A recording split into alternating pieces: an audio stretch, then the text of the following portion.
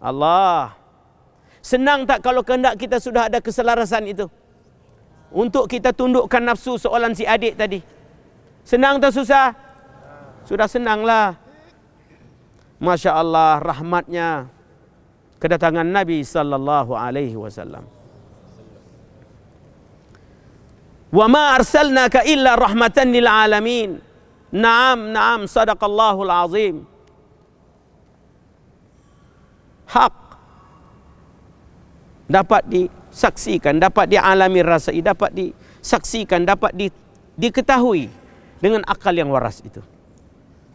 Sehingga terkeluar sya'zan waham itu, na'am, yakin Muhammadur Rasulullah. Hatta fi kulli lamhatin wa nafasin adada ma wasi'ahu ilmullah. Ilmullah.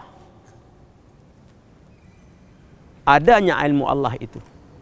Ini adanya ilmu anbiya, awliya, siddiqin, syuhada wa salihin itu menyebabkan kita dapat menundukkan diri yang rendah itu. Allah. Di mana kita sekarang ini? Di masjid. Masjid. Allah. Masjid. Apa makna masjid? Masjid itu mahal atau makan, tempat sujud. Tempat sujud. Di sujud itu dengan anggota 3 atau anggota 7? Ya 3 pula. Sujud dengan 7 anggota itu. 1, 2, lutut 3, 4. 2 kaki ujung itu 7. 1, 2, 3, 4, 5, 6, 7. Kalau 7 titik ini kalau kita lukis, kita buat titik yang pertama di dahi itu, 1 titik. Titik yang kedua itu pada tangan itu, 2 titik. Titik yang ketiga pada lutut, yang akhir pada kaki itu. Kalau kita drawkan, jadi kubah tak? Jadi kubah tak? Sebab itu dibuatkan kubah itu. Dari luar kita nampak kubah ini isyarat masjid, tempat sujud. Ini ramziyah. Sebab itu masjid, kalau orang pandang masjid, kalau tak nampak tempat sujud, nampak bangunan macam si kecil tadi. Dari mana air ini datang? Dari paip. Ingat cerita si kecil tadi? Dari mana lampu ini semua datang? Sebab si kecil dia belum ada kematangan. Memang layak untuk dia berkata begitu. Kalau si ayah cuba nak terangkan, si kecil dengar. Kerajaan buat satu kolam besar di sana nak. Dan disalurkan oleh pipe-pipe bawah tanah.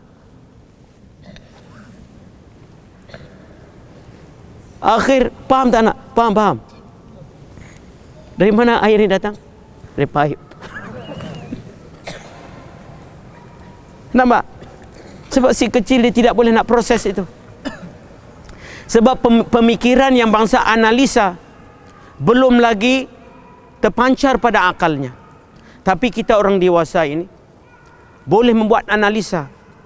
Dengan sebab kita boleh buat analisa, kita dapat membezakan furqan itu. Dapat membezakan itu betul, itu tak betul.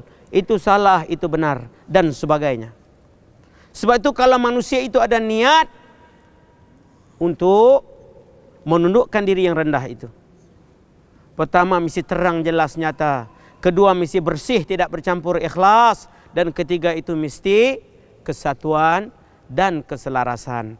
Kesatuan dan keselarasan itu kalau bahasa Arabnya makna sidqun. Dan pertama yang utama kita belajar dari Muhammadur Rasulullah itu as-sidqun. Sifat Nabi itu sidq.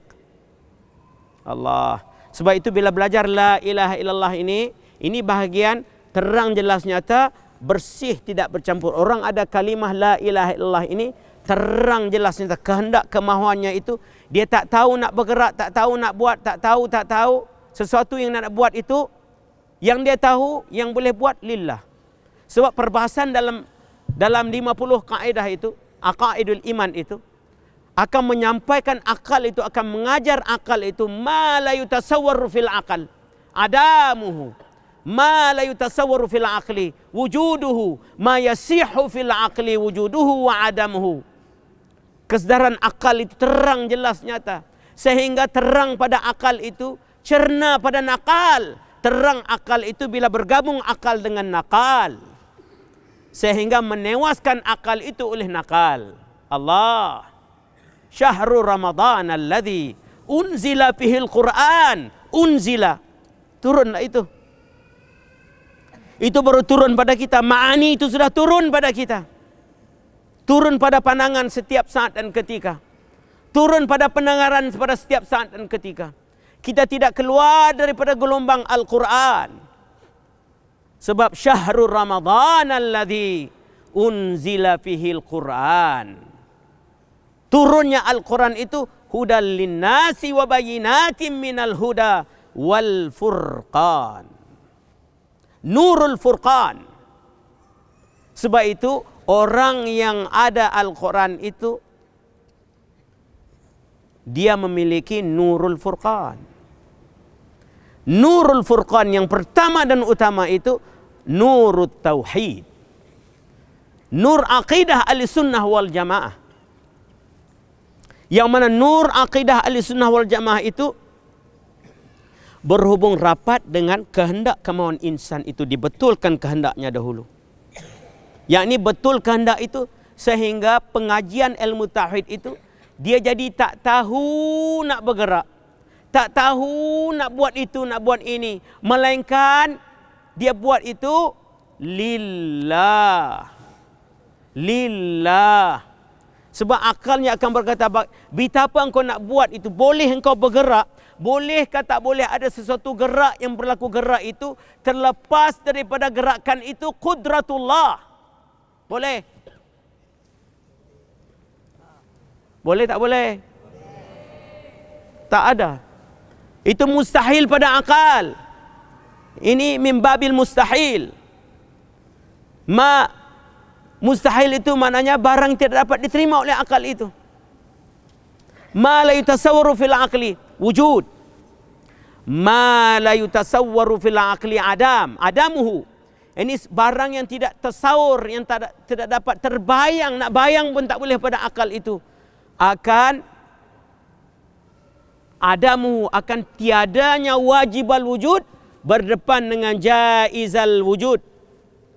Apabila akal jadi terang, jelas, nyata berdepan dengan jaizal wujud, tak dapat dia nak nafi tentang wajibal wujud.